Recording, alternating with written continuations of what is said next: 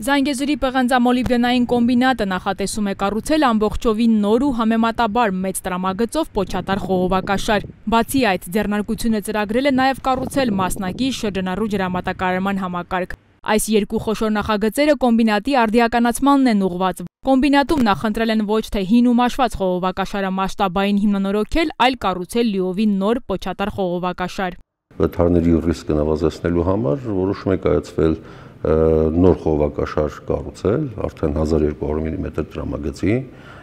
նույնպես ներսից ներպատումային շերտով, որը կդառնա արդեն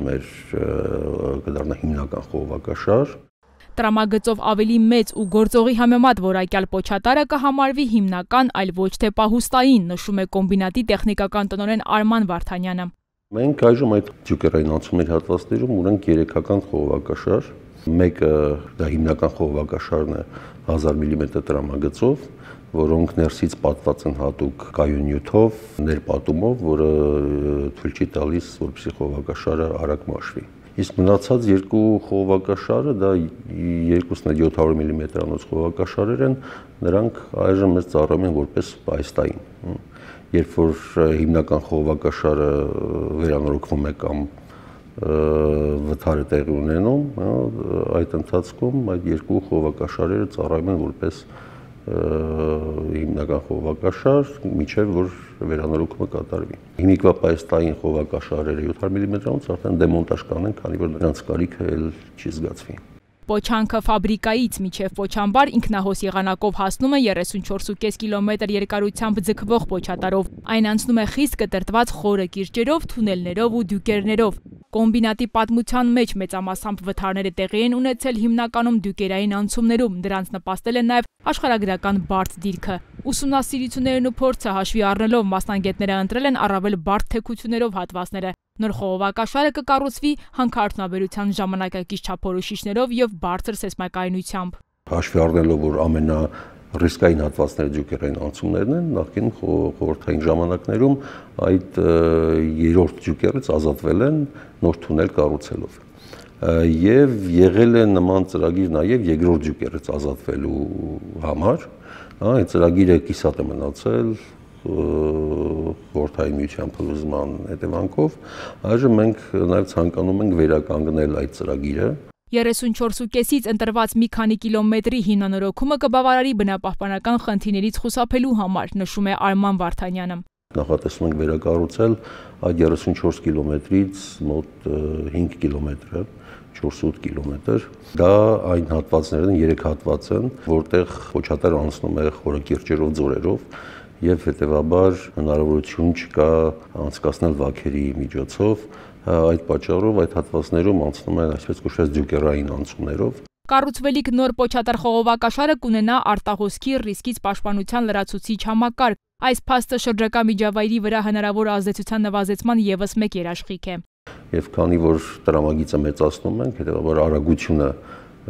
նաեւ նվազելու է, հետեւաբար մաշվածությունը նույնպես նվազելու է։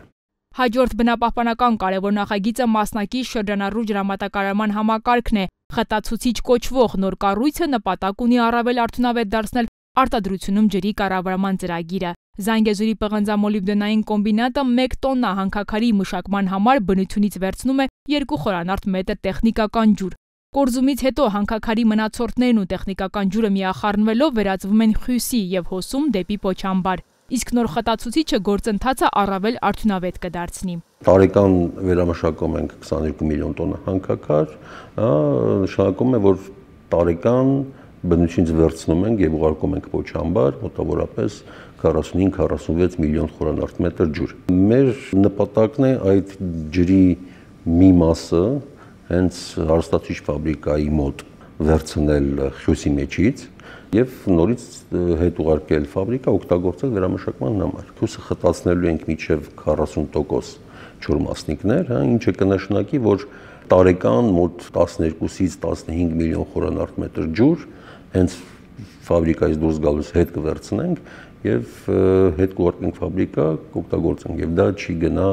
պոչամբար եւ ամենակարևորը այդ 12-15 միլիոն խորանարդ մետր ջուրը բնությունից չենք վերցնի։ 50 մետր տրամագծով ժամանակակից խտացուցիչը պետք է ձեռք բերվի օգտակար հանածոների վերամշակման ոլորտում համաշխարհային հայտնի արտադրող ընկերությունից։ Դա ինչ է, մետաղական կառուցվածք է, որտեղ կենտրոնախույս արագացման ազդեցության տակ անջատվում է ջուրը հյուսից եւ վերցված արդեն բարձրացված ջուրը օգտագործում ենք նորից հաստատիչ ֆաբրիկայում։ Վերենշված այս երկու խոշոր ծրագրերը ուղղված են բնապահպանական եւ տեխնիկական ռիսկերի նվազեցմանը, որոնք կոմբինատի առաջնային խնդիրներից են։ Թեմայի շուրջ անցած շաբաթ լրատվամիջոցներին տված հարցազրույցում կոմբինատի կայուն զարգացման գծով տնօրեն Արմեն Ստեփանյանը մասնավորապես ընդգծել էր. «Ինձ համար էականը մեր որդեգրած քաղաքականությունների շրջանակում այս նախագծի բնապահպանական, ջրային ռեսուրսների ռացիոնալ օգտագործման, կլիմայական փոփոխություններին ադապտացիայի, արտադրական պրոցեսի արդիականացմանը, միջազգային չափանիշներին համապատասխանեցնելուն ուղղված ջանքերն են, որոնք ինչպես եւ խոստացվել էր, իրականացվում են»։